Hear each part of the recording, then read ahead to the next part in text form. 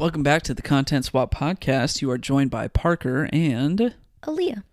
And if this is your first time listening to us, this is a podcast in which we sign each other content every week, and then we talk about our thoughts, feelings, and a little bit of behind-the-scenes facts. So let's dive into the episode. Before we dive in, though, before we talk about the content, I should really write a script because this whole intro just exists in my head, and sometimes I'm consistent, sometimes I'm trying to make it shorter, and now I'm just making it longer by talking about it. I don't think you should do a script. I like when it's just off the cuff. Yeah. Well, regardless, before we dive into the content, we like to do a little news life update, usually just like some new content that we've been engaging with. If there's any kind of like big news life-wise, we like to talk about that too. And yeah, that's what we're here for. So let's get into the news segment. What's new with you? Literally nothing. All right. And here's what I'm ready to talk about. I mean, anything? No, I don't know. I'm just in such like a funk right now with everything. So I've just been rewatching a bunch of just random stuff. Like today, during work, it was like very much a heads down day, and I needed to get a report done. So I just had like Disney movies playing in the background. I watched Mulan. I watched in quotations. I wasn't watching it, but I was singing along to it. Encanto, like just whatever. Nice. A goofy movie just while I was getting my work done. And I feel like that's just what I've been doing outside of work too, is just throwing on random stuff. So nothing I can think of. Still watching House of Dragons, still reading the book Pachinko. Yeah. It's been kind of boring on my side of things. Yep. What about you? Yeah, I mean, my side of things has not been entirely mega exciting either, actually. I realized that my list is pretty short, so I think the big thing is really just that I finished Paper Mario, The 1,000-Year Door. I did the Moon chapter. I opened the 1,000-Year Door. I went into the Shadow Palace. I beat the Pit of 100 Trials. I even beat the new Wacka boss that they released in this new version. And yeah, and I beat the game, and I loved it, and I posted my review today. Go check it out. But yeah, I did that, and I had finished Like a Dragon Infinite Wealth, and so it was kind of like a nice little reset on games. I'm kind of at like a reset point with books as well. And so it's just kind of been nice to be done with some things and kind of just like chill for a little bit. And I was evaluating what my next game was going to be. I know I want to play Metroid Zero Mission on my Switch. Like when I pick up my Switch, that's what I want to be playing. But the big question for me was on my PS5, what did I want to be playing? And I was kind of stuck between three different games because I just finished watching The Acolyte, that Star Wars show, which was not very good. If you want to know my thoughts on it, go check out my review at the Content Review Guide on Instagram. But that did put me in the mood for like, hey, maybe Star Wars, more Star Wars. I could do that. So I didn't play Star Wars Jedi Survivor, which came out last year. So I thought about like, okay, I could play that. That's like a 30-hour game. But also, while I was playing Like a Dragon Infinite Wealth, a game that I really wanted to play came out called Stellar Blade. That's also a 30-hour game. And I was like, well, I could play that. But then there's also just like, for me, the elephant in the back of my mind, which is Persona 3 Reload, because I am a huge fan of Persona 4 and Persona 5. I've never played Persona 3, and they just released Persona 3 Reload as a bit of like a revamp, remake project, like kind of just overhaul that came out in February, and it looked really good, but it just kind of came out at too busy of a time. So I have been wanting to play that, but the same company that made Persona 3, 4, and 5 have this game coming out in October called Metaphor ReFantazio, which is probably the like top game in my most anticipated games right now. So it's just going to be a year of RPGs, I guess. But yeah, I kind of was like evaluating, like, well, how long is Persona 3 Reload supposed to be? It's supposed to be something like 70 to 80 hours, which I just talked about last week, how Like a Dragon was 70 hours. And I don't want to be playing a lot of games that are that long anymore. And I was like, okay, well, my other two options are both 30 hours, which are both still pretty long. And Metaphor comes out in the fall, and we're like at the end of July. So does it make sense to start Persona 3 Reload? And I kind of broke down the numbers, and it's like if I play 7 hours of that game a week, then I will finish it before Metaphor comes out. And with my new little schedule I've given myself, I think I can do 7 hours a week of Persona 3 Reload. So I decided to bite the bullet and start Persona 3 Reload, and pretty much as soon as I booted it up, I'd already bought it months ago. As soon as I booted it up, I was like, yes, like I am super into this. I'm super excited. I'm glad to be playing a Persona game again. And it just seems like, even though I really liked Like a Dragon Infinite Wealth, parts of that game felt a little like inactive, or just like a lot of reading, because I played that game in Japanese, so it was a lot of like reading subtitles. Persona 3 is also a long game, but it's fully voice acted. It just seems like there's just going to be a lot more active story stuff going on through the experience of playing it. A little less monotony, a little bit more just like engaging with the story the whole time. So I feel like it's going to feel faster playing it. So I'm excited for that. I really have been wanting, I was like really looking forward to it coming out when they announced it last year, and now to finally be playing it, I really am like, I feel like I'm in my element, and I'm like, you know what, it's okay. It's the JRPG year. That's just the way it's gonna go. I feel like time is just really gonna run out in the years after this. Like, we're getting married and all that. So if there was ever a year to be playing a lot of really long JRPGs, this is the one. Just get it out of my system, get it all done. So yeah, so that's happening, and I'm stoked about it. That was a lot more than I expected to say about Persona 3 Reload, but yeah, that's how I'm feeling.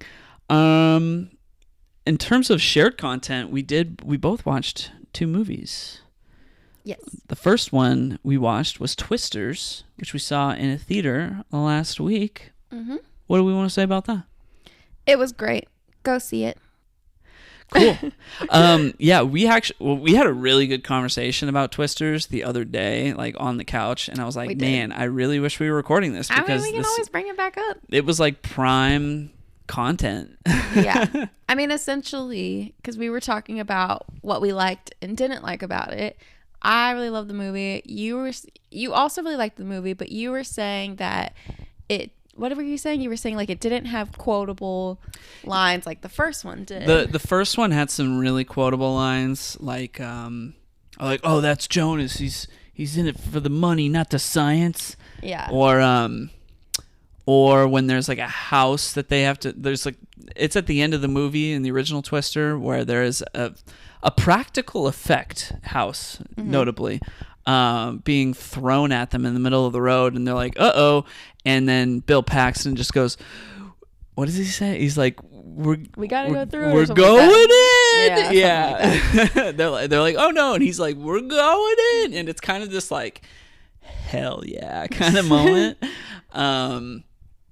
And yeah, those just little bits of dialogue. I mean, I think the new ones kind of has some of its own moments, but certainly not that kind of level of ridiculous line, I guess. Yeah. And my argument was, I was telling you, I was like, it doesn't need the quotable moments. I was like, that's what makes the first one a classic, but this is not supposed to be a classic. And I was trying to explain that for me, this movie doesn't need to try and reach to be as good as the first, because it was never going to achieve that. And I think that the people who created it knew that.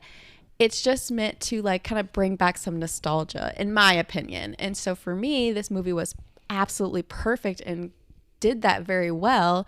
I don't need it to be something that's memorable. I don't need it to be something that's like as good as the first, because that's what the first was for. And yeah, you were kind of like struggling a little bit to see my point, but I think by the end of the conversation, you kind of got there and was like, yeah, I get what you mean. I mean, I guess I get what you mean, but I still kind of maintain my stance, which is that if you are watching a movie that makes you yearn to be watching a different movie, then the movie you're watching is not that good. But it's not that you're yearning to watch the old movie. It's just that you watch it and you're like, oh, like we're back. Like this is like a Twister movie. I mean, I agree. When you watch Twisters, it's like, yeah, we're back. I don't really have the same feeling as you as in terms of the whole. What were you saying? Like it's not quite as much of a classic. To me, it actually kind of is. I think it is pretty much as good as the original. I just think there are like certain ingredients that are slightly different. And those kind of like ridiculous quotable lines, there's not a lot of them, but they hit kind of hard. Mm-hmm. In their just prolificness, I guess, or just ridiculousness in the original that just don't quite exist in this one. But then I don't know, I think the new one makes up for that in some ways. Maybe a little bit more like depth in terms of like the characters and the actual like significance of the events. I do think it goes more in depth with like the characters and things like that. You care a lot more about more characters in this one than you do about in the first one, just because they didn't really explore those characters in the first one. But I guess like my point is like, I don't think the intention of the movie is to try and do it better than the first. Like if you think about like, for example, Jurassic Park versus Jurassic World. Yeah, like, I was literally just thinking the same. Yeah, it's like Jurassic World. It's like they tried to come out and make it, bigger, in my opinion, bigger and better and like a huge spectacle. And Twisters doesn't do that. It stays so grounded in what the first one was. Right. And just kind of continues that same energy. And that's what I mean of like, it doesn't need to try and do it bigger and better. It doesn't need to try and make it this like, better thing than the first, because I feel like anytime a franchise tries to do that, it's always worse. Yeah. And to me, this movie is not at all worse than the first one, but it isn't the first one because the first one stands on its own. I agree with you. I mean, I agree with all of those feelings. I think just for me, the fact that it's not going bigger and that it is a lot like at the same quality level as the first will make it a classic. And I think I disagree. I think that's where we disagree. I'm like, is Twisters gonna be a classic or not? But I totally agree with you. But you can't have two classics in a franchise. Like Scream. I love all the Scream movies. The first one is a classic. The rest are not classics. Jurassic Park. I like multiple Jurassic Park movies. But the first one's a classic. But the first one's a classic. Like you can only have one classic. Halloween. Okay. You can only have one classic. All right, touche. I hear what you're saying. I don't know. In like 20 years, will people look back on Twisters as fondly as we looked at Twister? No. 20 years later? No. No. Okay. I mean, even I think objectively, you're probably correct. I just think like it makes for a good double feature. Yes. And like Jurassic Park to Jurassic World, like you're totally right. Like you're going from a park to the world, and that's like literally in the title indicative of like something being bigger. And despite the fact that this is going from Twister to Twisters, it's like, it's plural now. It really is kind of just like Twister 2, or even like Twister 1.5. In a good way, in like the best way. Yeah. Like the bone I have to pick with so many of these like rebooted old franchises, is that they try and do too much with the CGI. Now that we have like modern technology, they try and do way too much, and like you watch it and you're like, I'm just watching a computer, and I hate it. And Twisters is not at all like that. So for anybody who's like, I love the first one, I'm kind of skeptical to watch the second one. It feels so rooted in that first one. If you like the first Twister, you're gonna love Twisters. Yeah. Like, you are the target market for Twisters. Yeah. I kind of wonder what the people who have not seen Twister are gonna think of Twisters, because I do think it stands alone easily. Like, you don't need to watch Twister to understand Twisters, but I do wonder, like, without that kind of like appreciation for the first movie, like, do you need to have like built that prior relationship with it in order to fully appreciate Twisters, or will people be good going in blind? I mean, I think people are going to enjoy it regardless, but I do think you just have a deeper appreciation for the second one, and like, just like those callbacks to the first one, are going to hit harder if you really love the first one. Yeah. I think you'll like appreciate the scope of Twisters and how it's not like overdone. Yeah. More if you watch the original Twister. Yeah. Like, it's not, and I wrote this in my review of like, all of the big blockbusters that come out these days are usually these big franchise films that have been like established, and the studios spend millions of dollars to get these things made. And although Twisters is a sequel, it's a sequel to something that came out like 30 years ago, and not everybody's seen Twister. It's not like a top of the mind thing. Yeah. So that to me is like, yeah, it's a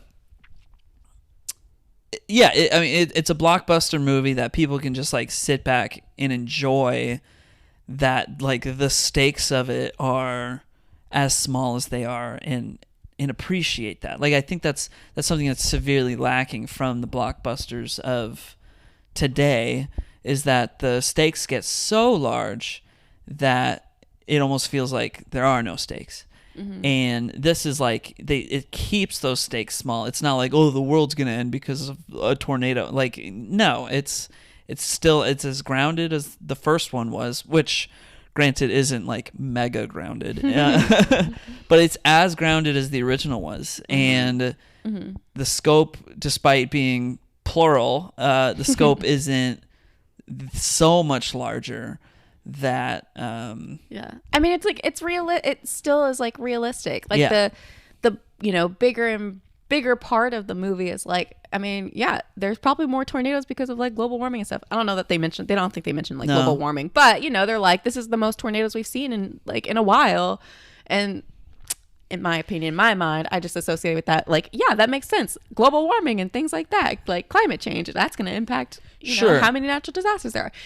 And so they kind of specifically don't call attention they don't call attention to climate change, but in my mind, because we know how the world is working, that's like, how I'm associating it. It really just feels like the same movie, but for a new generation. Yeah. In a good way. In a good way. Like, it's been modernized. That's what I'm saying. If like the way that they made it bigger isn't unrealistic. It's very realistic to like what we would expect for, if you think about modern times now. The things that are bigger are like, it makes sense for those things to be bigger. It's not because it's a sequel, it's because of the times.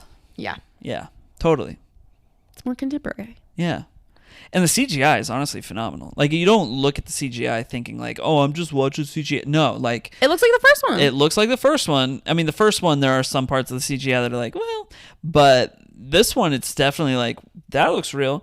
And it's not like, it's not like the characters spend a lot of time in cars, and it's not like there are just scenes where cars are going flying and it's like CGI cars or anything. It's like, no, all the driving that's happening on the road is happening for real. All of that stuff is practical effects. Whereas if you watch a Marvel movie, it's all going to be CGI. So like, everything where there's like a person in the shot is pretty much real. Yeah. Except for like some of the weather effects, which like, yeah, looks so good that you're like, whoa, it looks like they just filmed that. Yeah. And that's what I'm saying is like why I love this, and why I think other people who like Twister, the first one, will love it, And like I was having this conversation with my sister because she was telling me, she's like, I don't know if I want to go see it. Like I just really hate when they like do all that CGI and stuff. And I was like, no, like this is just the exact same as the first one. It's like very real. I mean, obviously the tornadoes are CGI, but like it looks very real. Yeah. They don't try and go above and beyond. And it's just like perfect, flawlessly executed. And I wish we had more movies like this. I'm so sick of like CGI everything because you can tell and it's like no longer fun. And so, yeah. Very, very great sequel. Yeah, I know my mom's a big fan of the original Twister, so I'm going to text her right now. I'm going to text her and my stepdad. Did you see Twisters? What did you think? And whenever we get a response, I will, if we get a response within our recording, I'll let you know what my mom said. Mm-hmm. I know she was a big fan. Yeah. Of the original. Mm-hmm. All right, well, cool. Aside from that, we watched the original Deadpool movie yesterday. Oh. In prep, I know we were mentioning that. What did you have in mind of what I was going to talk about for the second? Oh, I don't know. I just assumed I forgot. Yeah, we watched the original Deadpool yesterday. Deadpool and Wolverine comes out this weekend. We're seeing it on Friday night after we're done with work and everything. So, yeah, looking forward to seeing what that movie holds. Yeah. It's funny because you asked me, you were like, should we watch Deadpool and like prepare for the new one? And I was like, yeah, why not? And you were like, you don't think you'll get like tired of the comedy? And I was like, no. And we were watching the first one. And I remember when I first saw it, I thought it was hilarious. But watching it again, I was like, okay. Yeah. I was like, oh no, I think I'm just over Ryan Reynolds. That's what I was afraid of. Yeah. Oh, God. Yeah. Like I was just not laughing and I was like, oh no, I think I'm just sick of him. Yeah, watching the first one, there were definitely parts where I was like chuckling and I was like, that's hilarious. But then there were other parts where I was just like, oh, like this feels like Ryan Reynolds acting for an audience of Ryan Reynolds. Like he's it's meant to make himself laugh more than it is to make us laugh. Like sometimes it feels like that, but I mean, at the time, it was hilarious. The tone, yeah, the comedic tone at the time was like, it was perfect. Right. Like when you look at it in the landscape of superhero, just the whole genre of superheroes, not even like Marvel movies, but it's just the genre. It was like the perfect thing that the genre needed. And now we've got things like The Boys and every movie that Ryan Reynolds has made since the original Deadpool. And it's like, yeah, we've kind of seen it all. And so, you know, I'll be curious to see what Deadpool and Wolverine brings to the table in terms of comedy. I mean, I'm expecting to laugh. I'm expecting to see gratuitous cameos. And I don't know. I'm just hoping for a general good time. It'll be nice to see Hugh Jackman as Wolverine again. I know he's not your favorite, but I know. I think I'm kind of concerned about how I'll feel about this movie because I'm not a Wolverine fan. I find him so boring, so I really don't like when he pops up in things, or like I don't watch his standalone movies. And so I'm like, am I gonna, one, I probably won't even understand half of what this movie has if it involves him, and then two, I'm like, am I gonna enjoy it? I'm honestly just worried that I've maybe spoiled myself to death on this movie. How did you get spoilers? Well, don't tell me because I don't want spoilers. I'm not going to tell you the spoilers. It's just like certain outlets got to watch the first 35 minutes of the movie, and then they got to like tell people what was in the first 35 minutes of the movie. What? And I wasn't going to read it until I did. So oh my gosh. I'm pretty familiar with what's in the first 35 minutes of the movie. And then I saw, now that the reviews are out, like, I don't know, some of the information is just going to be out there. And I saw some comments about a potential cameo on a post that I was looking at today. You gotta stop reading reviews, babe. Well, no, I wasn't even reading a review. It was just a post about Deadpool and Wolverine. Oh. And I mean, I've read a couple of reviews on the movie, and like, you know, the reviews are not spoilers. I thought you saw a comment on a review. No. I just saw a comment on a post, and Yeah, and when I saw the comment, I was like, well, that's just not going to happen. But then I was thinking about it, and I was like, wait, but what if it does? That'd be pretty great. Ah, crap, now I'm spoiled. So I hope there are still surprises left for me. That's where I'm at. Yeah. I know nothing about this movie. I don't even really know what it's about. So I'm really going in blind. So we'll see.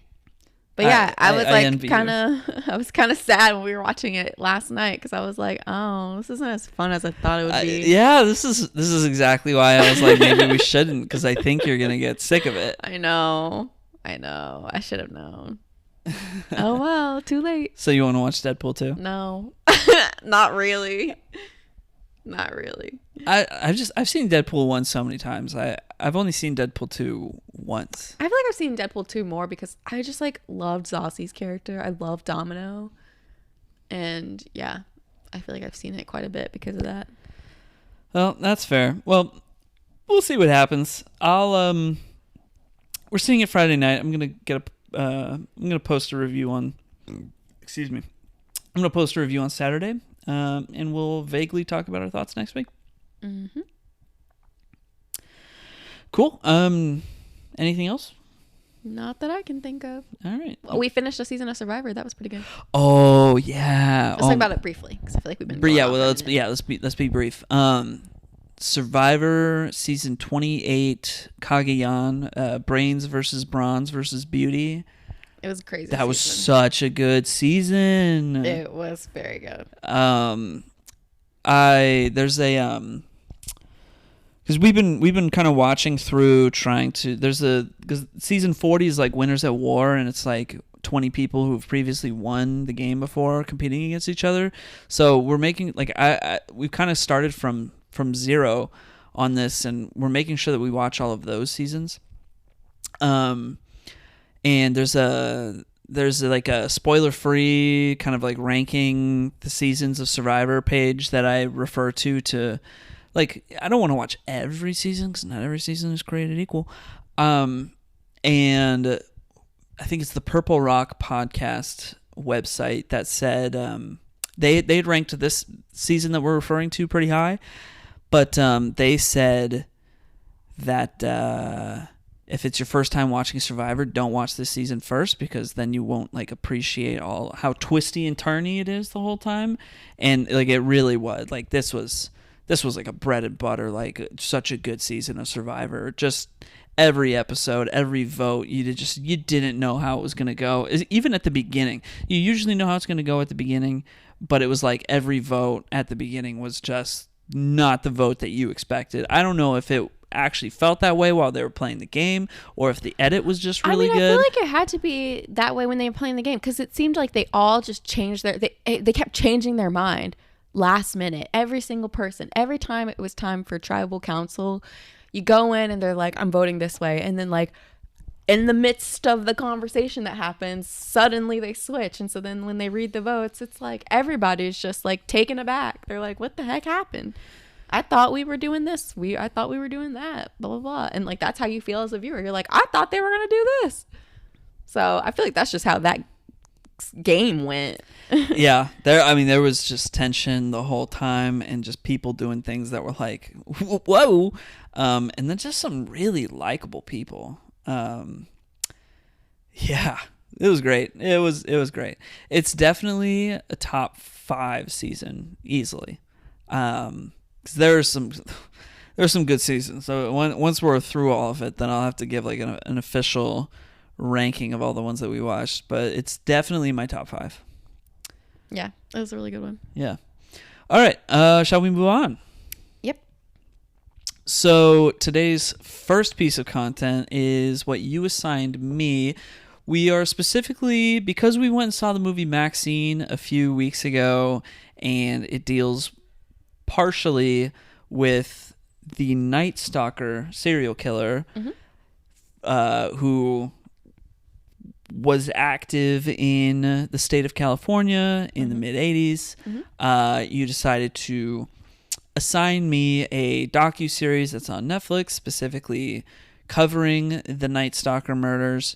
and then I gave you Zodiac, which was, you know, famous serial killer of California as well, specifically in San Francisco in the late 60s, early 70s. So yeah, it's just California serial killers episode week. And so major trigger warning for all of this content. If you can't handle killing, murder, or like some very sad things that these people did, yeah, maybe and don't listen to this episode. And I'm not even sure how much I'm gonna say.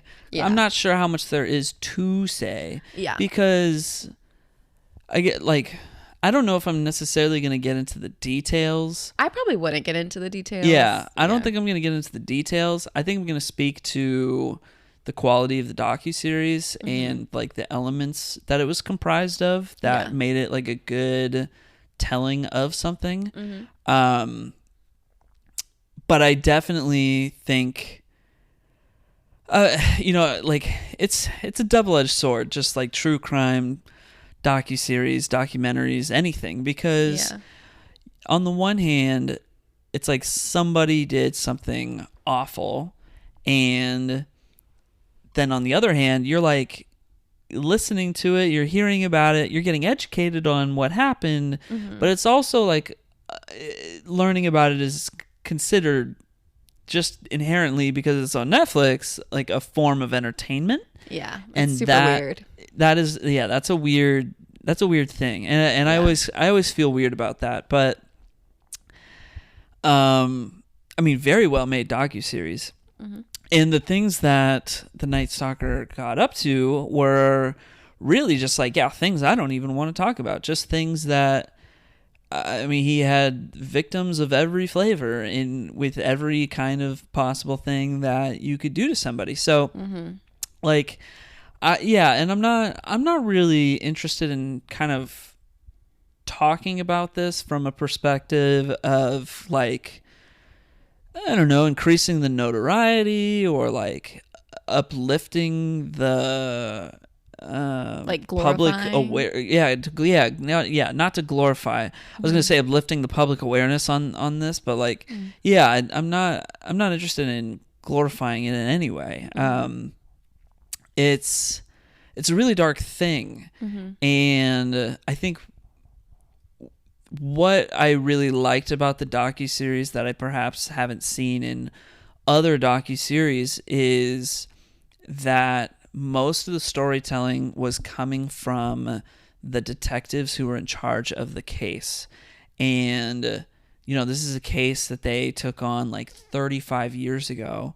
And, you know, the detectives kind of have their own history with just like being homicide detectives and their growth to even getting to that point of their careers and how they even became partners. And then like really going into the details of like everything that they encountered over the course of the case. So for me, what made it good was not the nature of the crimes, but the nature and how these guys like followed a specific process in order to catch somebody who did something so horrible. And I think that like it does a really good job covering all of that, and it goes into like what their family life was like at that time. It goes into just like the type of evidence that they could get, the quality of the evidence, what they could use, what they could not use, you know, when they wanted the public to know something versus when they didn't want the public to know something, so that they could you know, if the public didn't know, then that meant the killer didn't know, which meant they could use that to their advantage to try and get the upper hand on him, and just like the kind of like undercover operations that they tried to just using any little detail that they could find in order to find their person that they were looking for, and I think that really was like especially interesting, especially for such a high profile case. I mean, homicide detectives work around the clock. They're assigned new cases all of the time. And I think because this one was such like a a big thing. It was like a cultural thing. I mean, it's, you know, it's being mimicked in a movie that we just watched. That made it just this really like, yeah, how did we solve that? How did we take care of that? I mean, it was a serial killer. So, you know, how did we go about, you know, eradicating this issue? And then when it really kind of comes down to it, when they finally did catch their guy, it really kind of ended up being this like the community in the city really coming together and saying like, that's the guy. And like it was like everybody kind of got together and saying like, we need to take care of this and like, you know, see this man to justice. And like they, you know, they like put they publicly put his picture out and said that he was wanted as the Night Stalker killer, and they had identified him and they had his name.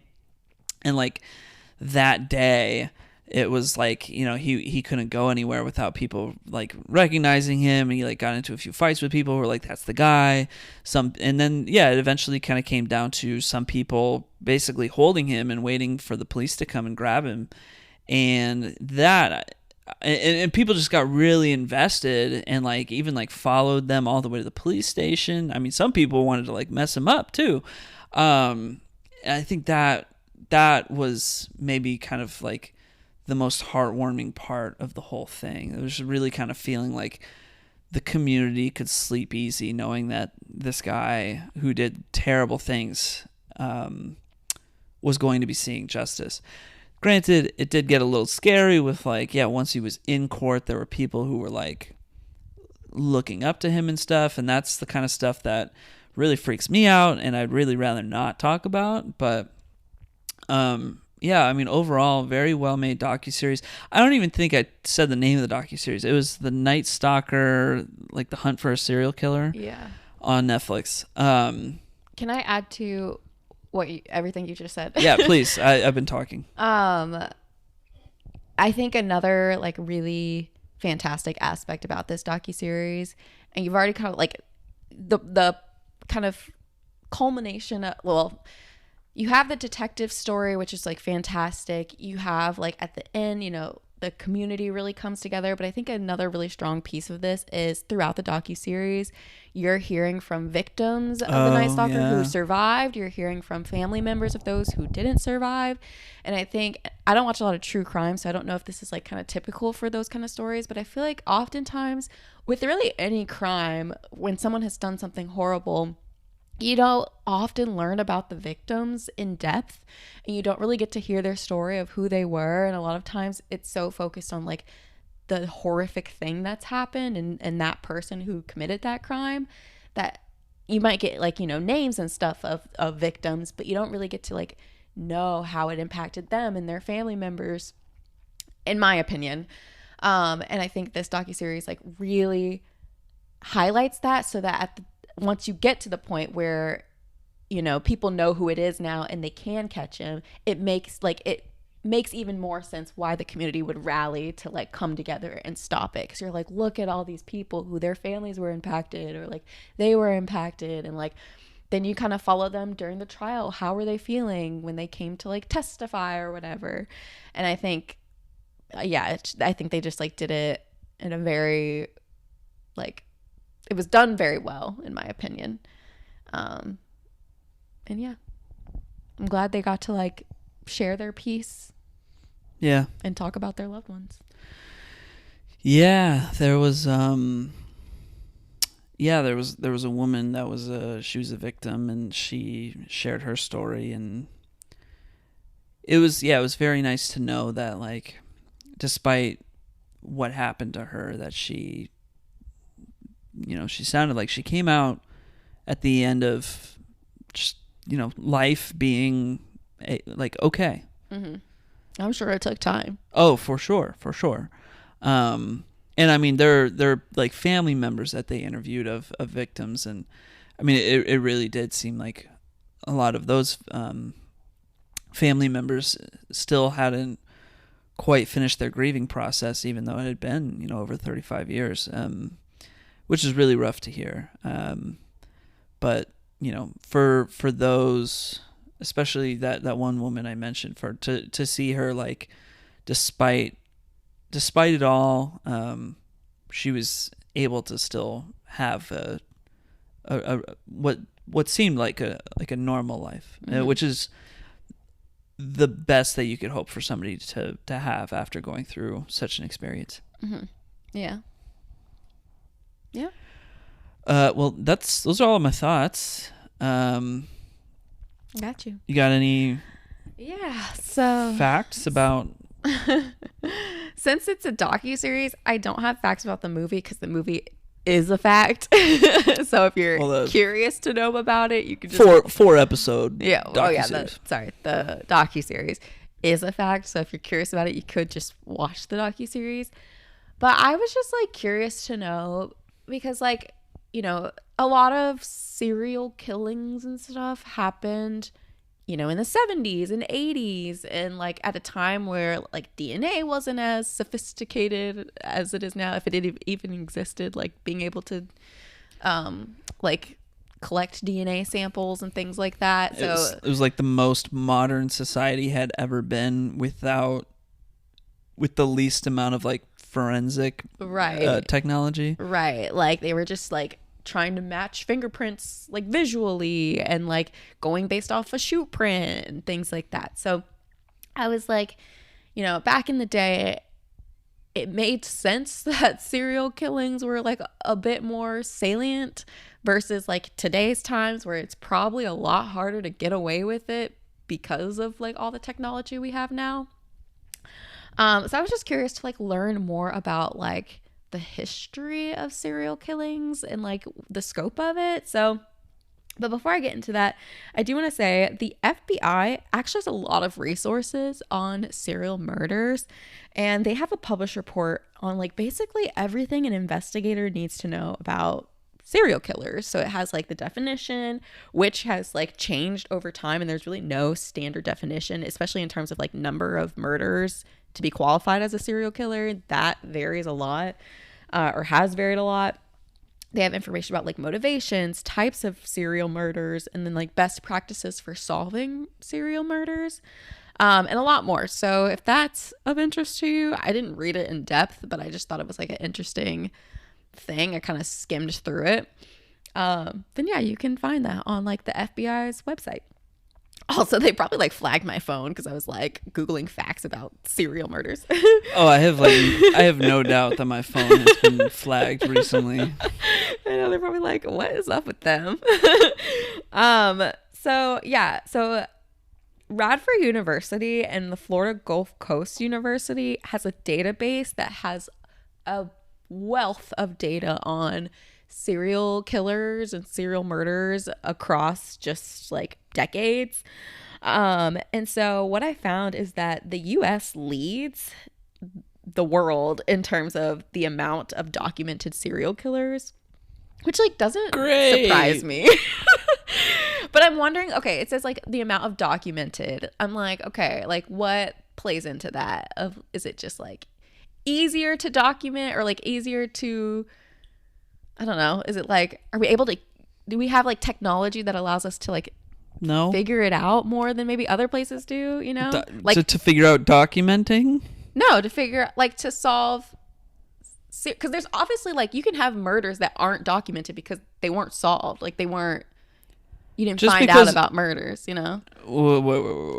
Like I'm sure not every murder has been found. Sure. But if it's okay, found and solved are two completely different things. I'm not talking about solved. This is documented. I know. Yeah. You were saying solved a second ago, and I'm like, sorry. Yeah, solved and found are two completely different things because Yeah. I mean, we might have more technology that allows us to solve more murders. Yeah. But like finding, everybody's got the same technology to document. I mean, not absolutely everybody, but maybe like same technology, but like I'm talking about process. Like every process of doing things is so different around the world, and so like I mean, a murder is a murder. If somebody calls it in, then it's called in. You know, I think that kind of comes down to like a cultural thing of like, if somebody gets murdered, But is everyone's documentation do we just process say the same? Well, I don't think it's so much a question of documenting a murder, because again, a murder is a murder.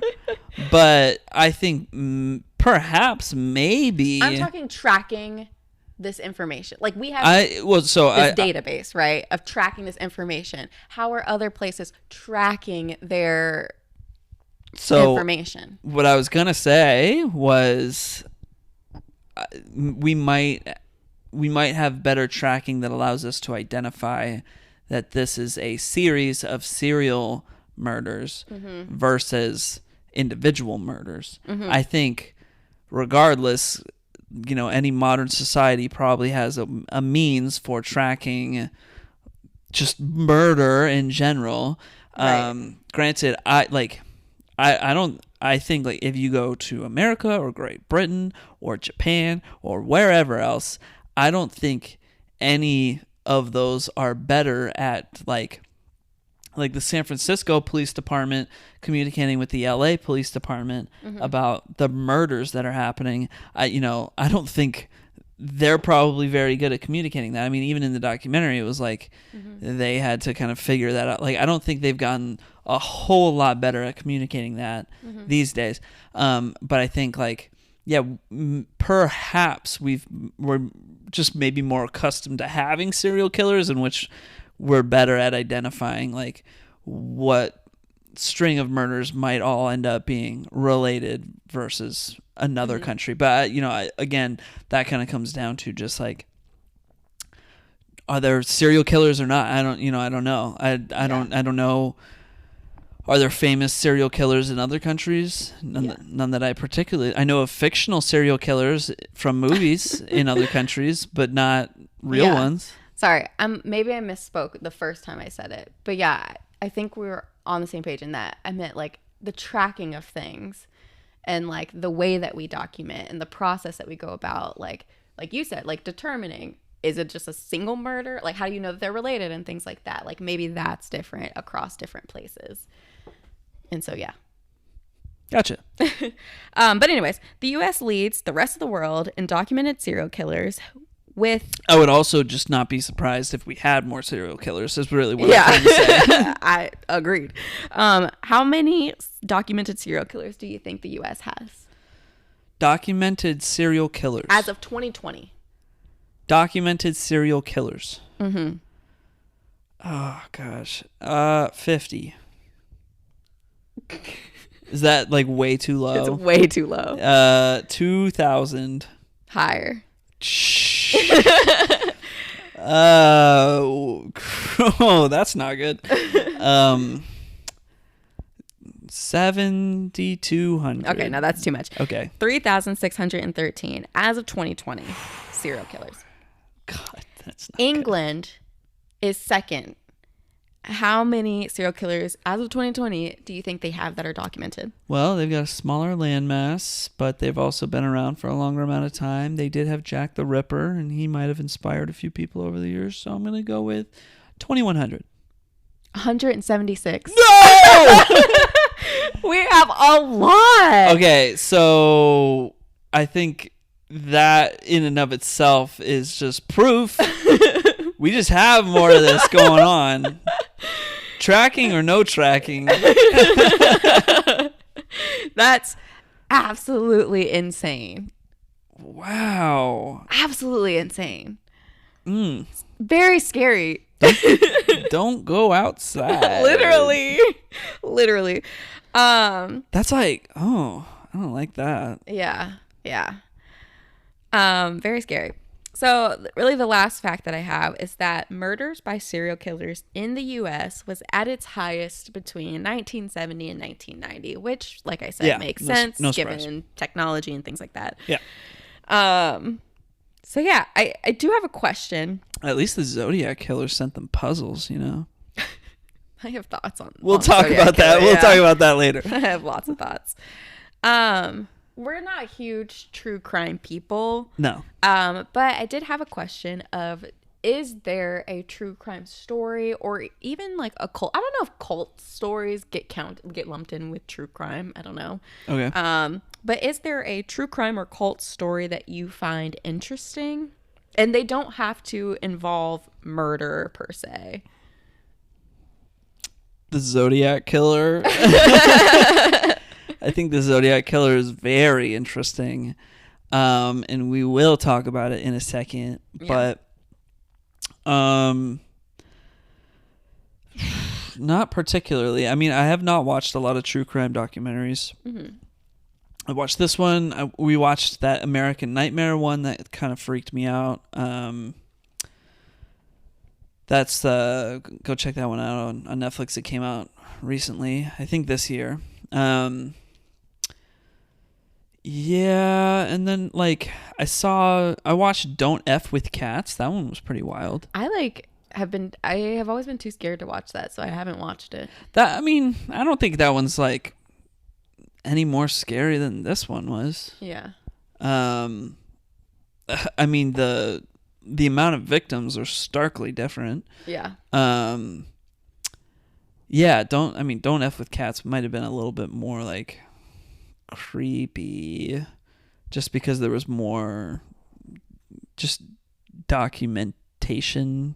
Is it like an internet thing? I don't a lot like more internet. I don't like internet stuff. Yeah, because the internet scares me. Yeah, because it is internet related. Yeah. I'm like, the internet terrifies me.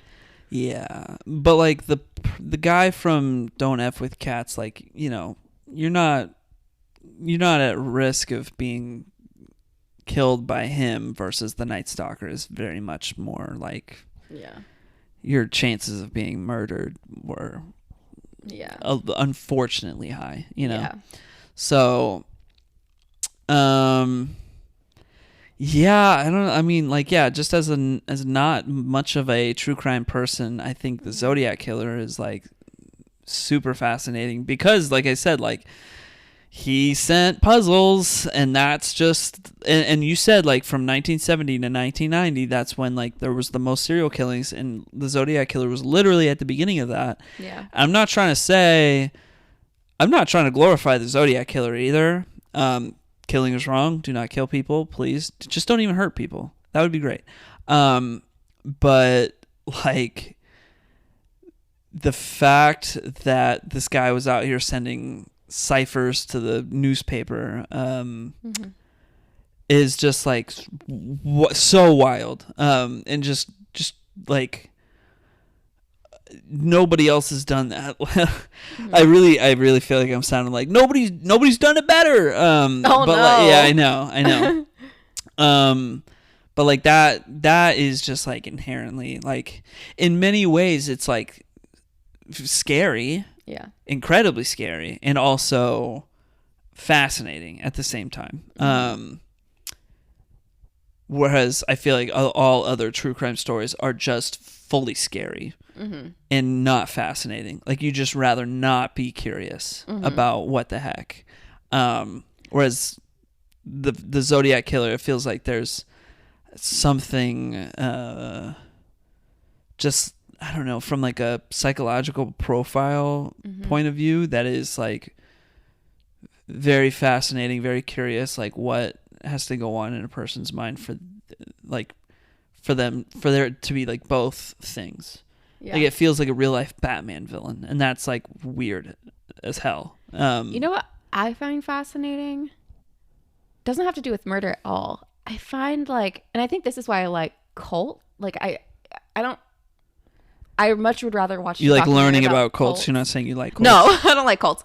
But I like learning about cults, and I like watching documentaries about cults much more than like things like serial killers and things like that.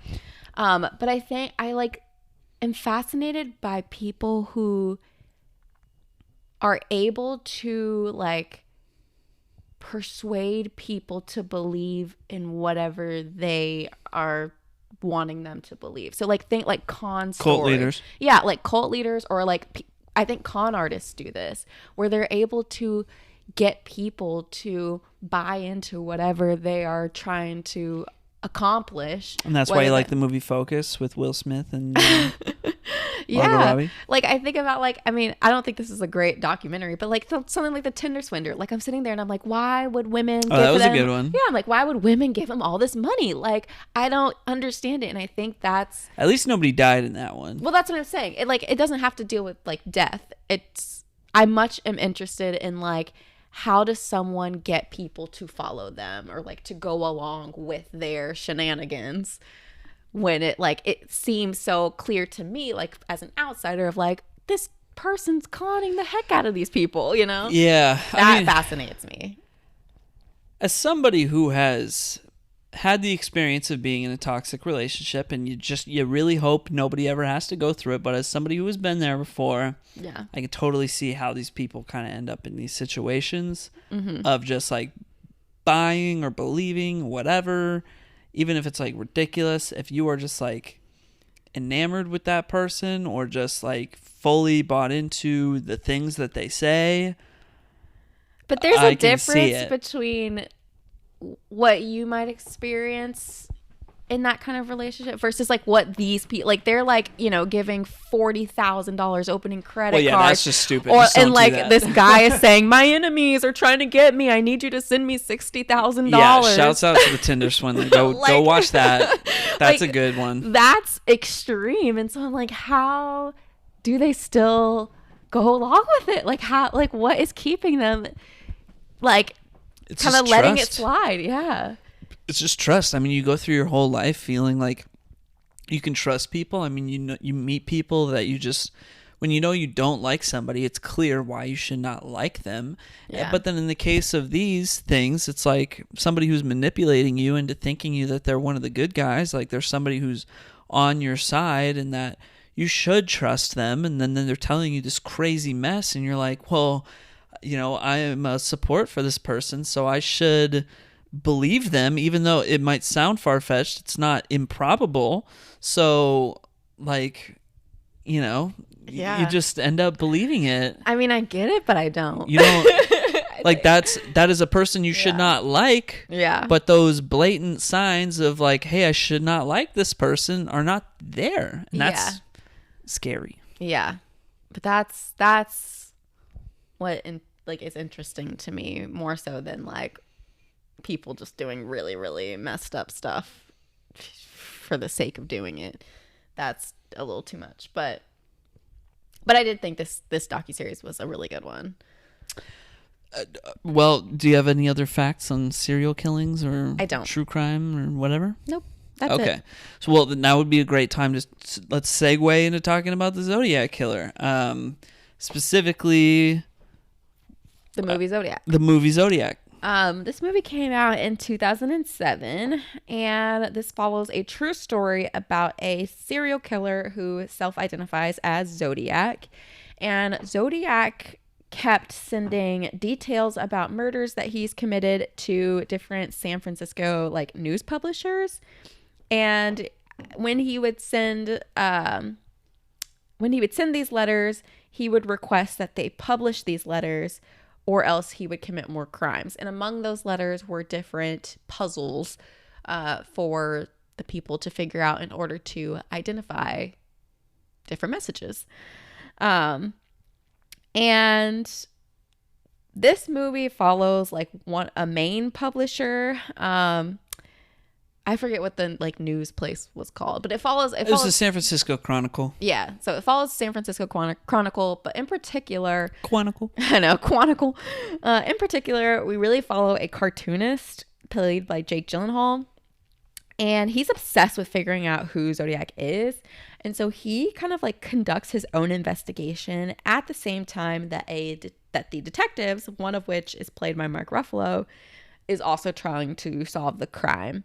And I won't get into the details of the movie and like everything that happens, because you should just go see it or go watch it. But by the end of the movie, they never quite, and of course this is again based on a true story, they never quite confirm or like convict the serial killer, from my understanding of the movie.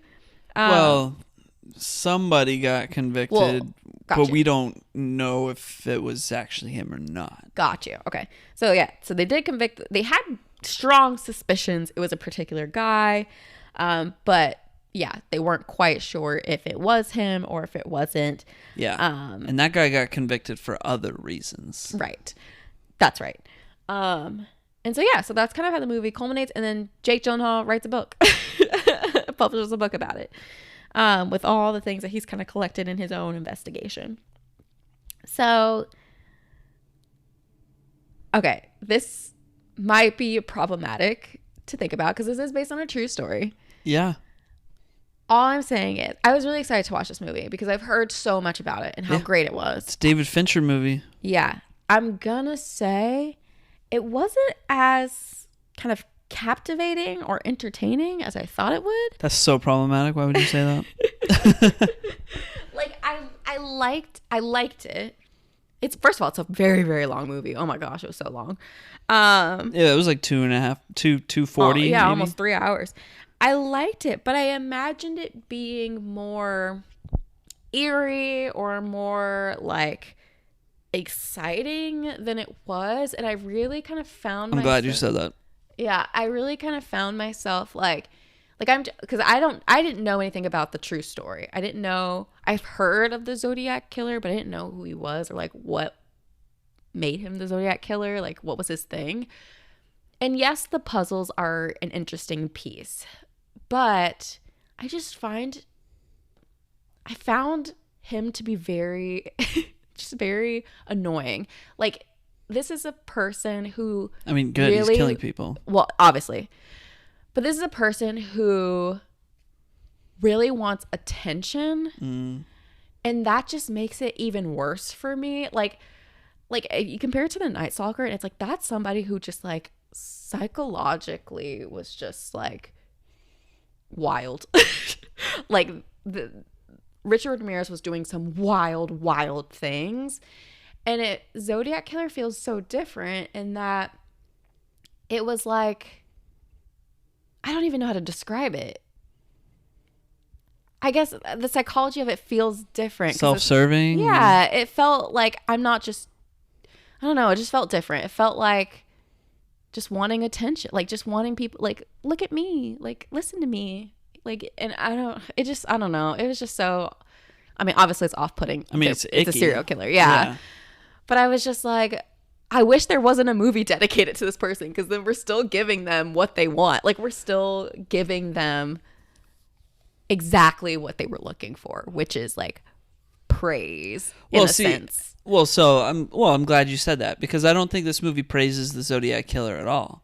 I don't think it glorifies the Zodiac Killer. I mean, I think when you think of, oh, hey, there's this famous serial killer, and then they made a movie about it, you're thinking of something like cinematic, where they're going to catch the guy at the end, and you're going to know who it is, and it's going to be all this like, oh, they're adapting this real life story into a movie, and it's going to play like a movie where there's like a rising action, and then there's like a climax to the movie, and they catch the person and they put him away. And it's like, that's just not what happened. So how do you make what really happened into a compelling narrative in which an audience can follow what actually happened and not be and continue to feel captivated the whole way through? And I think that's what this movie does really well, is that it really did its homework in finding out all of the facts, and then it made very specific creative decisions in order to make sure that anything that they did represent was based on things that they absolutely knew, and anything that they did not know, they just did not show. They just talked about like, hey, this person, we know that the Zodiac Killer murdered somebody on this day, but no living survivors exist, so we're not going to depict those things in the movie. We're just going to talk about them. And then when it came to, depicting the Zodiac Killer, the Zodiac Killer had written multiple times saying, like, oh, here's who I would hope to like play in a movie. And it's like they specifically had 3 different actors play the Zodiac Killer. They never showed his face. And it was really just kind of like a miniature like FU to the Zodiac Killer, to say like, yeah, we're telling the story of the Zodiac Killer, but we're really focusing on just like everything that actually happened. And we're not here to like turn this into the Hollywood version of the Zodiac killer. We're not here to glorify the Zodiac killer. We're just here to tell the story of what happened and what is currently known, and not give the killer his wishes by glorifying him. But I don't find his story compelling. I think that's what it is. Like, I wish there wasn't a movie. Like, does that make sense? Like, I feel like I watched, yes, it's clearly well done, but I feel like I watched the movie and got nothing from it. Like, I didn't come away with anything from it other than like, wow, he sucks, you know? But like, I don't know. I don't know. I just like, I felt like I walked away with like a cultural screenshot. I mean, maybe, but I don't know. I just like, I didn't feel connected to people who worked on the case or the people at the like news thing. I really didn't like Jake Gyllenhaal's character, like, and I don't know if that's based on a real person or not. I don't know. It like, is. Yeah. So I just like, I don't know. I just feel like there was no piece of it where I really felt it was worth telling, and that kind of bummed me out a little bit.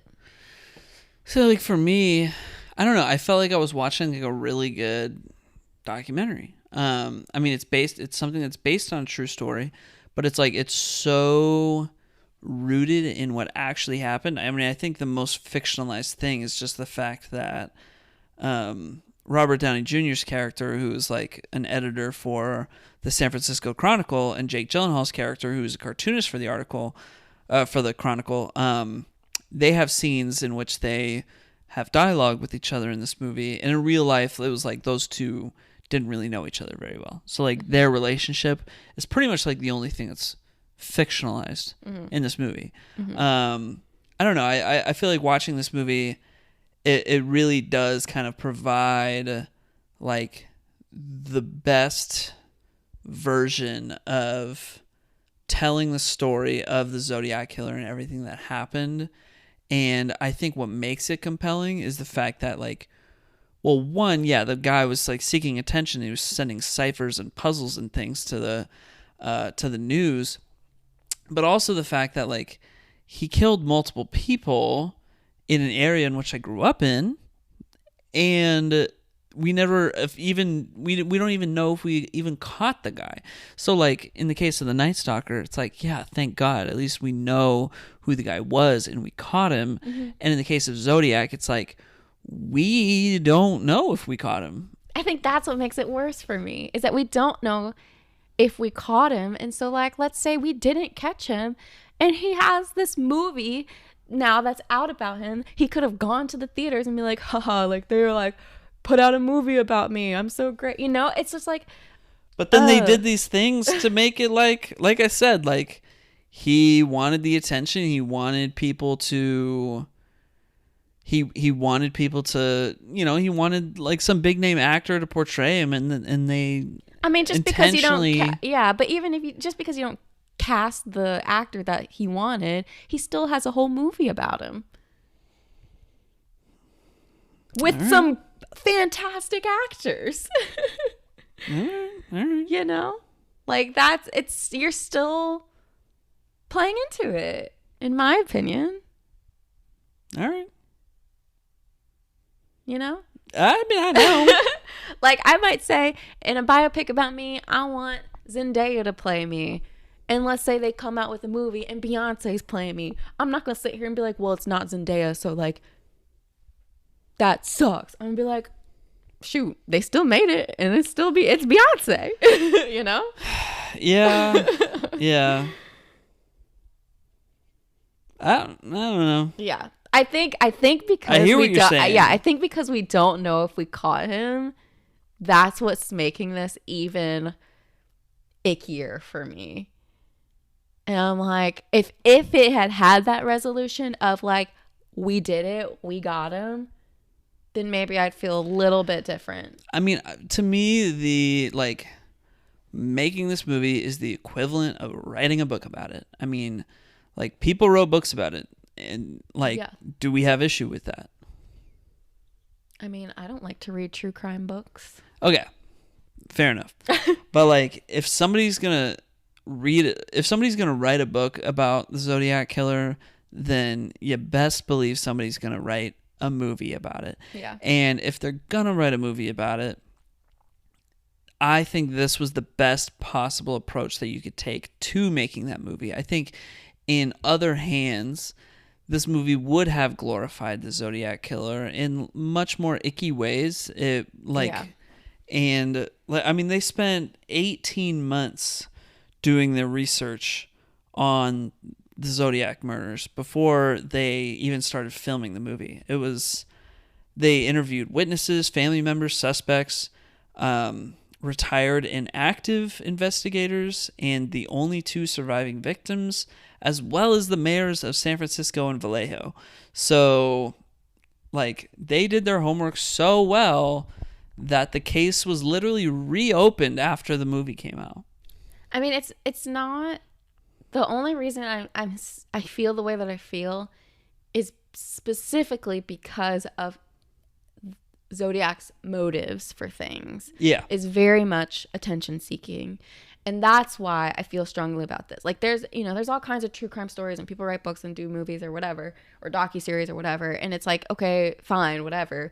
But it's specifically because Zodiac is so much about being like or at least what it feels like to me based on what I saw. It feels like he's all about being like recognized for what he says he'll do or did or whatever. And that's what's making it, like, for me, I kind of wish this story wasn't told. I get that. I think a part of me is kind of thinking like, well, somebody was going to tell it. I mean, yes. Yeah. We're just fascinated by know. True crime. Yeah. May as well be David Fincher with an Oscar worthy movie with amazing actors. I mean, again, this is not to like hate on the movie. Like I said, I do think it was well done, and I, props to them for doing their research. For something like this, you absolutely need to do your research, so like that's what I would expect. But yeah, it didn't quite captivate me or like make me feel like I got anything out of it at the end. At the end, I just kind of felt like, I don't know, deflated. I was just kind of like, all right. And I mean, I get that. But I also, I don't know. I mean, I think it's a very well made movie. I think few movies do their homework like this movie did its homework. Yeah. I wish it got deeper into Mark Ruffalo's character. Because that was the one person that I really was interested in, and I feel like we barely scratched the surface, other than his obsessions for animal crackers, which like that's so funny. I totally resonate with. Yeah, Mark Ruffalo, notably, it's like they didn't even need to dive into his character because of who his character actually was. They did kind of call attention to certain things about his character. I just don't think you picked up on them. So, Mark Ruffalo's character is Inspector David Toschi. David Toschi is a formidable figure in that he was he was a detective for the San Francisco Police Department, but there's a movie called Bullet that came out in 1968, and they make reference to the movie in Zodiac. Bullet was an inspector played by Steve McQueen, and it was a Steve McQueen movie, and David Toschi was the inspiration for Bullet's character. So, like, if you in the movie, Jake Gyllenhaal meets Mark Ruffalo's character, David Toschi, and he remarks to somebody, I think to Robert Downey Jr.'s character, he says, like, "Oh, he wears his gun like Bullet," and Robert Downey Jr.'s character says, like, "Well, yeah, Bullet got it from Toschi," and And also, the movie does make reference to Dirty Harry, and Dirty Harry was like a Clint Eastwood movie that was kind of very much largely based on like it took place in San Francisco and kind of like fictionalized the Zodiac killer in a way. Like there was a villain who wanted to like harm kids on a school bus, and Dirty Harry was like this San Francisco detective cop guy who was like not having it and like wore his gun like a cool guy, and took out the main bad guy. And that is also just based on David Toschi and his just being the guy who led the investigation against the Zodiac killer at the time, and just being like a prolific detective in the San Francisco Police Department. So it's like, yeah, maybe this movie didn't spend enough time kind of like fleshing that stuff out. Mm-hmm. But if you kind of have that extra cultural context that the movie does, it does say those things. Like it does give, to me, it gave me that extra context to be like, oh, that's who David Toschi was. Okay, but it doesn't sound like those movies get into like who he was, just how he approaches his detective work. Like I want to know, what was this guy's family life like? Like this is such a scary thing. Like how was his wife handling it? His kids handling it? And I see, and I feel like it didn't get into that because I just don't think that guy had that kind of relationship with his family and his work. Okay, even that, like this is a stressful case, and the way Mark Ruffalo plays it, he seems stressed. Like how is that taking a toll on him? I don't know. He seems a little bit more of like a manly man. He seemed stressed to me. I mean, he's like, especially towards the end when Jake Gyllenhaal is like trying to do all this stuff and being so annoying. Like but he's like, there are parts where. Like, wait, let me finish. He's like, stop. Like he's like very like, I need, like we're trying to figure this out, and you are just like getting in the way of things. And at some point they even like think that he wrote one of the letters and like sent it to like, so it seems like they're trying to like be like, wait a second, are you Zodiac? Like that's something crazy. And they mention it and then it's gone. And I'm like, wait, like what? Like please explain. And like they just don't. And so I'm like, there's so many pieces of this that I feel like just go so unexplained. And like I feel like he is kind of like the heart of the movie, but they focus so much more on Jake Gyllenhaal. They focus on Robert Downey Jr., which like Robert Downey Jr., I honestly don't even remember his role in it. I really didn't understand why we were focusing on him. I know there was like a part where he was very relevant, but then like I don't even remember what he did there. And so I don't know. I just felt like it was focusing on so much other stuff when I just wanted to strip it down and focus on the detective solving the case.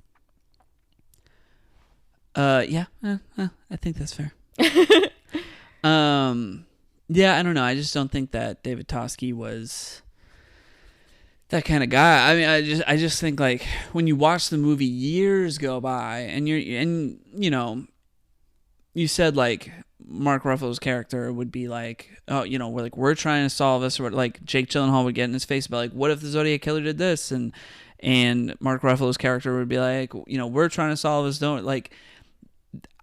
I just don't think that's what actually happened. I think like, despite them talking about it in the movie, I mean, years would go by. It's like David Toschi's got a whole job to be doing of a whole bunch of other murders to be solving that he's just like the Zodiac killer, just like he was only active from like 68, 69. It's like by the time it's like 1978, it's just not relevant anymore. Like he just doesn't like, to him, being the guy who was in charge of the Zodiac killer case did not make up like all of who he was. And I think that's what the movie was trying to kind of get at. It's just like, he doesn't care. He doesn't even need to care. This is not even a case that needs to be solved anymore. Mm-hmm. But Jake Gyllenhaal's character won't drop it and like needs to know who he is. He needs to look him in the eye and he needs to know. But Mark Ruffalo is just like, dude, I got other murders to be solving right now. Sure. But in the time where Zodiac was most active, we still weren't getting a good glimpse as to like Mark Ruffalo's I keep saying character. I know they're real people, but like character, you know? Like they were barely showing anything. Like that would have been the opportune time to really dive into him. And so, like, and I kind of disagree because I think to have dove any deeper into his psyche would have, like, one, taken the focus off of this being like a movie about the telling of the Zodiac murders, and instead making it about like how did this affect this specific character, and turn it into more of like a character study on the detective, which I think is what this movie should be. Because again, going back to my thing about Zodiac Killer is so much like so attention seeking that you're going to make a movie, flip it, make it about someone else. And then the Zodiac is the background of that. But see, this guy was such a, to me, in the fact that like Steve McQueen based his character on him, and then like Dirty Harry is like loosely based on him. To me, it's like, we just like this guy is just like all grit and steel and like no emotions. Like I really just don't care to know what was going on with him internally, because for him it's like he just shut that crap down. Okay, but how you're saying all this, but how do you know that? Because you're going based off of fictional movies that were based in quotations off of a guy. You don't know what this guy's like. You don't know. Well, I mean, you're saying if before he even worked on the Zodiac case, Hollywood was willing to base a character on him already, and to make him into this like badass detective guy, like that tells me everything I need to know about him. And it's like, it's all surface deep. Like there's just not, like, even if there was something to investigate under the surface there, he never made the audience know that. And this movie's trying to do its homework based on the facts. If Toschi never really like let his inner emotions out in the world, then let's not spend any amount of time trying to speculate on what those were, you know? Did anyone ask him? Well, did anyone talk to his wife? Mark Ruffalo did talk to Toschi in preparation for the role, and he said, why was he obsessed with animal crackers? That's what I want to know. Well, so okay, there was a fact, I didn't write it down, but there was a fact about how his character is always mooching food off of other people throughout the movie, until late in the movie when Jake Gyllenhaal is like kind of giving him some facts and kind of be like, I think I cracked this. And then as soon as he says something that's like, oh, it actually does seem like he cracked something, that's the scene in which Mark Ruffalo's character says, let me buy you lunch.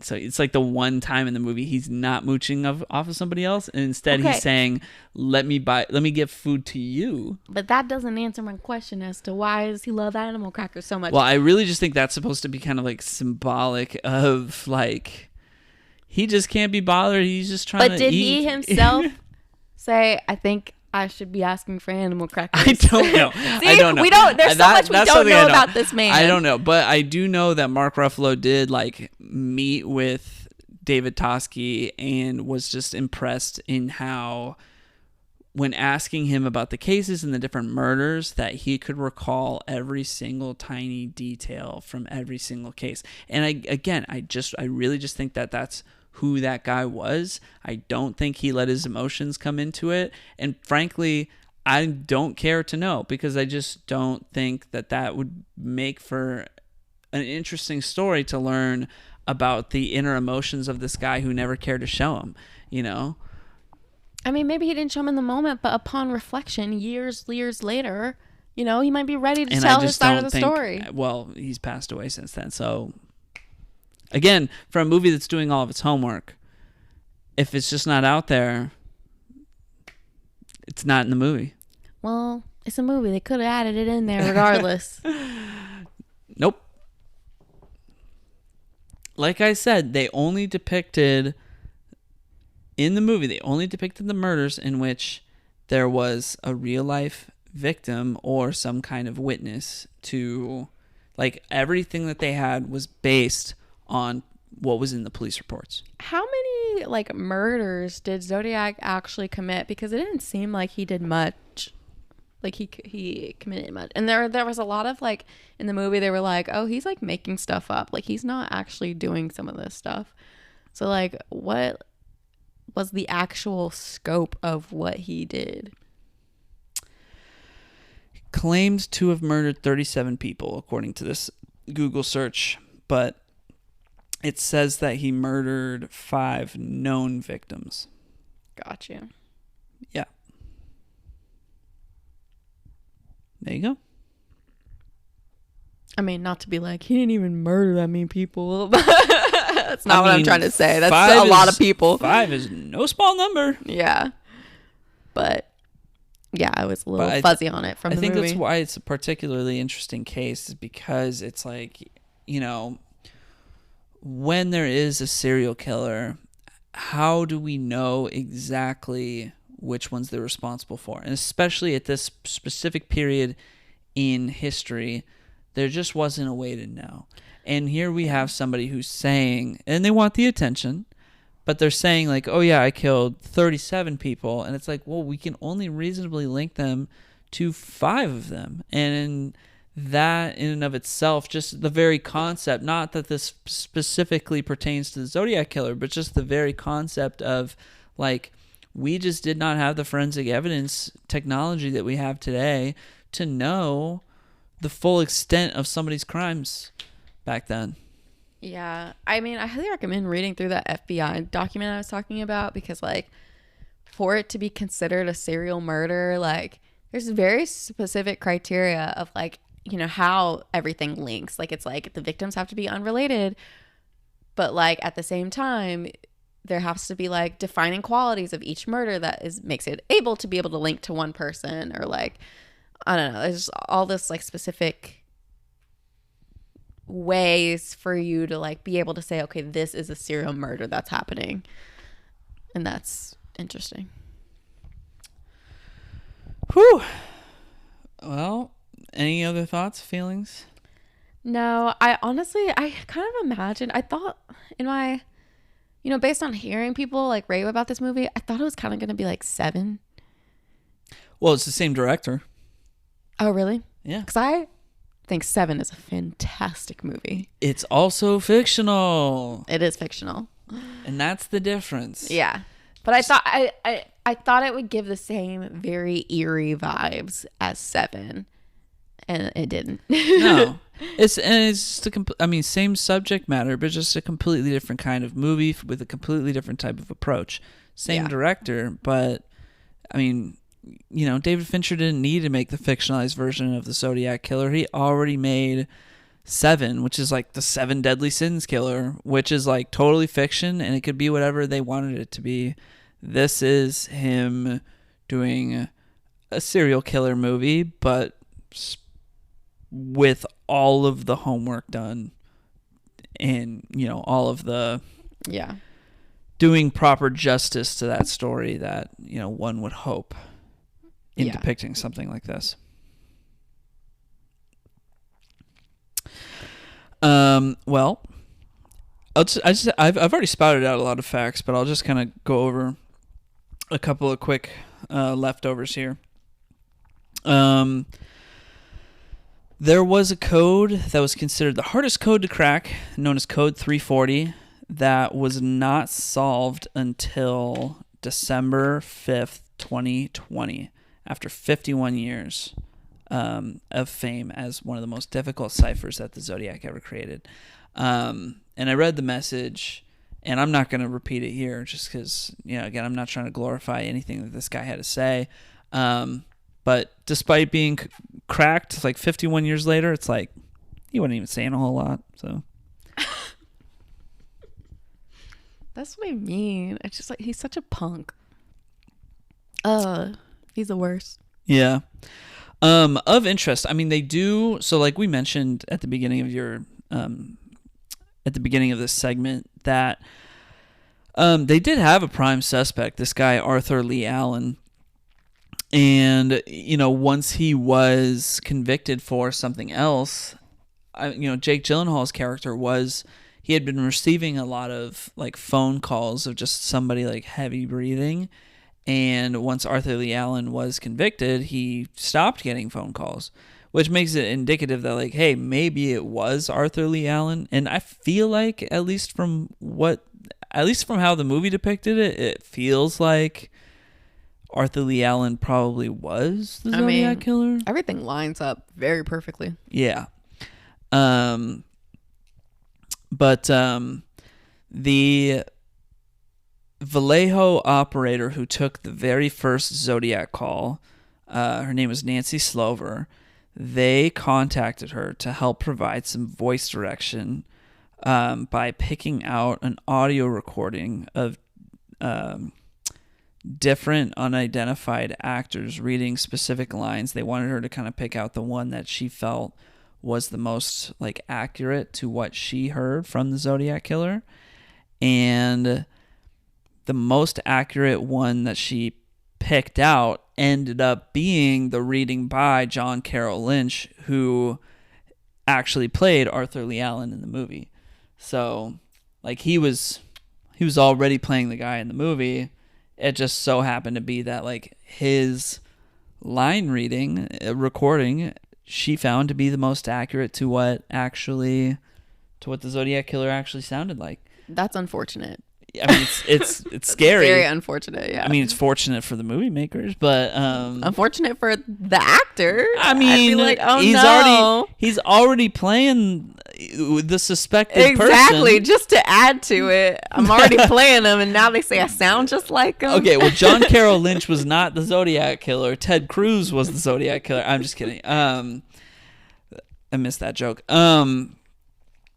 Yeah. Blah, blah, blah. Something I thought was pretty interesting was that David Fincher grew up in Marin Valley, which is just north of San Francisco. Like Marin County is just across the bay from San Francisco, and he recalled how like one day he got home from school and told his dad, like, hey, a police car was just following my bus. What was up with that?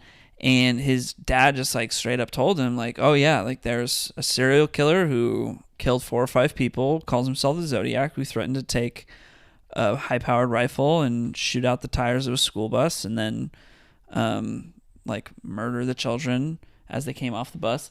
We already gave sorry, I apologize. That was an intense sentence. We already gave a trigger warning at the beginning of this segment. But I'm just saying, why was his kid still on the bus? I would not have let my kid get on the bus. Well, fair enough. But that was something that the Zodiac killer said that he would do, and it is interesting that the guy who ended up directing the movie about it was like one of those kids who went through that experience way back when. That's, I mean, terrifying, but also like, wow. That is just so terrifying. I mean, I think about like Night Stalker and this movie. It's just like, how do you as a, everyday civilian citizen just go about your day knowing... Oh, I don't know. Knowing that there's a person out there who's threatening all these things. Like, it's too much. Yeah, that... Like, I would have to leave states. I would have to leave California. I'm like, I can't. I wish I had... My parents lived in California while all of this was happening. I wish I had asked them ahead of time. Yeah. Like, what was that like? Like, what it's were you freaked? Crazy. Were you freaked out? Like, yeah. What? Yeah. Ugh. I'd be scared to leave the house. I'd be scared to sleep at night. Yeah, my mom did tell me this story because the Unabomber was also a thing. Oh my gosh. So too much happening. My mom did tell me a story about how they got like an unmarked package one time, and she straight up thought it was from the Unabomber. Oh my gosh. It turned out it was from my grandma. Oh. Grandma. But it was like at the peak of Unabomber bombings, and like the description of the package that she received was like exactly oh my gosh like what the Unabomber was sending out. And she delicately like set it on the kitchen, waited for my dad to get home, and he saw it. She brought it in the like, house. She told me I would throw it in the trash. She's okay. Let me finish. She told me this story when I was like 13, so yeah. I don't know if I'm getting all the facts right. Yeah. But yeah, she said my dad came home and he was like, is that, what is that? Is that what I think it is? And she was like, I think so. And they were like, whoa. But yeah, it was not from the Unabomber. And then one time we were at a country club, speaks to my upbringing. We were at a country club, and this was like 13 years ago. Or no, sorry, when I was like 13. We were at a country club. And the table next to us, they were like chatting, and it was like a whole family, and they were like chatting with the waiter, and they one of the people at that table, they were like they were talking about how like they were the family or the people or whatever that like caught the Unabomber, What? which was like wild. And then that's when my mom proceeded to tell me of like, oh yeah, we almost had a run-in with the Unabomber. Oh my gosh. Like, I don't know a lot about the Unabomber. California is so dangerous. I don't think Unabomber was like specific to California, but I do wish, I had maybe asked my parents about their experience with the 20th century serial killers. Yeah, I mean, like, you had to worry about serial killers. You had to worry about cults, because cults were a major thing on the West Coast. You had to worry about natural disasters like earthquakes and stuff. It's just the Wild West, baby. You had to worry about freaking coyotes, rattlesnakes, and mountain lions. Like, it's always just been like that. You had the Wild West. You had to worry West, about everything. 19th century Wild West, and then 20th century serial killers. Yeah, now it's just on fire. My God. Yeah. Yeah, no, I'd have to be out. Like, in the Night Stalker documentary, the detective's wife, she was like, I'm taking the kids and I'm getting the heck up out of here because he's coming a little too close to my neighborhood. And I was like, I do not blame you. I would be out of it, especially with my husband as a detective. I'm out. I'll let you handle your thing. You catch the guy, but I can't put my family in danger. And same in this movie. The Jake Gyllenhaal's wife was like, we're not doing this. Taking the kids, going to mom's. Yeah, the Robert Graysmith was the name of Jake Gyllenhaal's character, and they showed him the screenplay, and the only real comment that he made about the finished screenplay was, quote, God, now I see why my wife divorced me. I mean, honestly, I mean, he was like helpful in a sense of like figuring out who did it. But at the same time, I was like, oh my gosh, this man he's driving me a little nuts. Yep. He's just so, in his own way, he was selfish and just like wanting to figure it out and not necessarily thinking about the well-being of his family. Yeah, and I think that's like, I don't know, that seems to be like, that almost, I feel like, was foreshadowing the public's general fascination with true crime. For sure. And especially if you watch the Don't F with Cats documentary, I mean, like, a lot of that investigation was aided by people who were not professional detectives, but they were like part of a Facebook group that were just like internet sleuths who just would go digging because that's all they would do in their free time, was try and like solve these crimes even though they're not detectives. And I just think that, I mean, yeah, this guy, Robert Graysmith, being so obsessed with like trying to solve it is indicative of a larger persona, I guess, that exists in the world. Yeah. I mean, I'm like here for people safely, trying to help aid an investigation. For example, there's a woman who wrote a book called Trailed, which was about the Shenandoah murders in the 90s, I think. And she wrote a book saying that she thinks that the guy that they convicted for the murder is not the right guy, and providing all this evidence for who she thinks is the right guy. And literally in like a month ago or something like that, they cleared the name of the guy who they convicted and figured out who it really was. Are you serious? Yeah. And so like, I think we live near there. I don't want to know about this. I know. My mom was like, don't go camping. I just went camping in Shenandoah. I have told you about this story. I know. But like I willingly chose to forget. To ignore it. But what I'm saying is, so like I can see where, you know, having citizens, normal everyday citizens, investigating could lead to something helpful.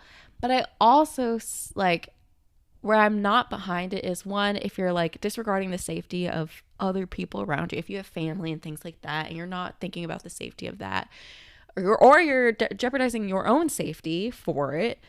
But also if you end up, because there's like ways you can impede on the like detectives who it's their job to be able to do it. Mm-hmm. So it's, I don't know, it's kind of weird for me about like people kind of getting involved in that sort of thing and trying to figure it out on their own, because you can go wrong in a lot of ways, or like, yeah, I don't know. I just worry about people's safety when they do something like that. Yeah, I mean, I think at the very least, like at least Jake Gyllenhaal's character's thing was like a decade-long thing, and I don't know, it's much more of a problem when it's like an active investigation that somebody's like if it was the same thing with the Night Stalker, if they had a Robert Graysmith to deal with, it would have been much more of a hassle. For sure. I mean, they even talk about in that documentary, like, the media was such a problem. Yeah. Because the media would be like, we just learned this news. And they're like, now he's going to watch the news and see that we know this. And now he's going to change up his ways. Yeah. And I'm like, that just shows, it's like, when it's active, leave it to the professionals, you know? Yeah. I'd also just, like, really rather not be, like, I don't know, zeroed in on that at all. All right, let me spot out the last 3 facts, and then let's wrap this up. I don't even know how long we've been going for. I don't know. I'm getting sleepy. Yeah. Okay. So, So there was a Lake Berryessa scene, which is really interesting. I'm like, hey, I know Lake Berryessa. Wait a minute. Oh my gosh, it's in a movie. I was like, who's Lake Berryessa? And then I just realized you meant like an actual lake. That is a lake. I'm not talking about Lake Bell. Okay.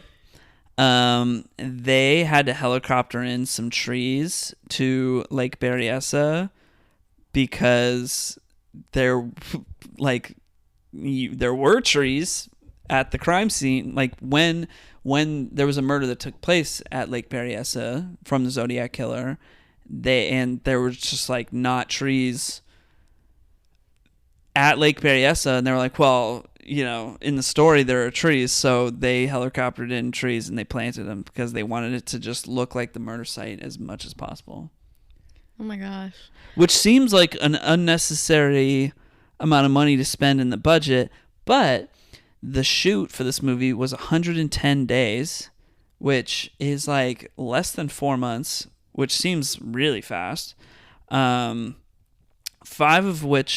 weeks of which were filmed in San Francisco, and ultimately the film was actually under budget, which is wild. Well, I've gotten into project management a lot more recently, and I've learned that going over budget and under budget are both not good things. Because if you went under budget, yeah, sure, you didn't spend as much money, but you also scoped out your project to be more expensive than it should have been. So, you know, got to properly scope your projects out. It's important ability. Anyway, now I'm just ranting. Last fact, and this is a very silly fact, but Jake Gyllenhaal's character, there are like a couple of close-ups where he's writing things down, and they had to digitally add hair to his knuckles while he was like drawing or writing, like holding letters or just writing anything, because David Fincher, the director, felt that Jake Gyllenhaal's hands were, quote, too hairless and pretty. That's dumb. Yeah. So for as like overly meticulous as those details were, the film still came in under budget. I did not look at his hands whatsoever. I mean, I didn't notice it at all. But again, I mean, this is a movie in which they did their homework, so they said, hey, let's leave no stone unturned. And then, yeah, for it to come in under budget is impressive, but also get your budgets right.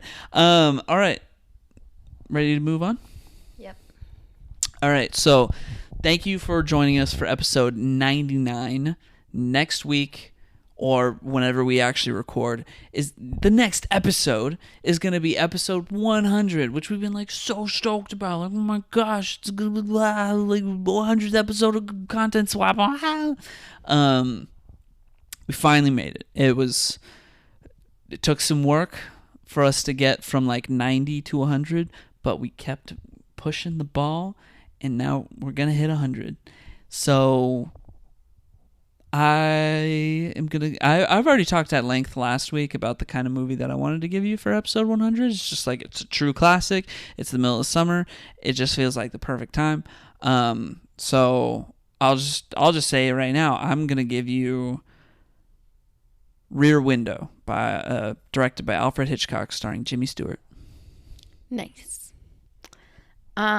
I had no clue what I wanted to give you, so I asked you what you were giving me, and you were like, an old movie. So I decided to also give you an old classic, and I'm giving you Breakfast at Tiffany's. That's perfect. Perfect. Yep. So next week, it will be Rear Window and Breakfast at Tiffany's. Wow. Episode 100. Look at us. We're old. Old movies. We're 100 years old. 100 years old. Yeah. All right.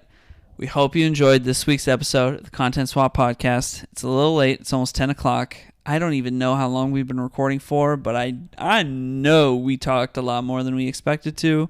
So hope you enjoyed the episode, the serial killer themed episode, and we'll try to keep the subject matter light until Spooky Swap comes in October. We'll see you next time. Join us for episode 100. It's going to be a good time, and have a good week. Bye. Bye.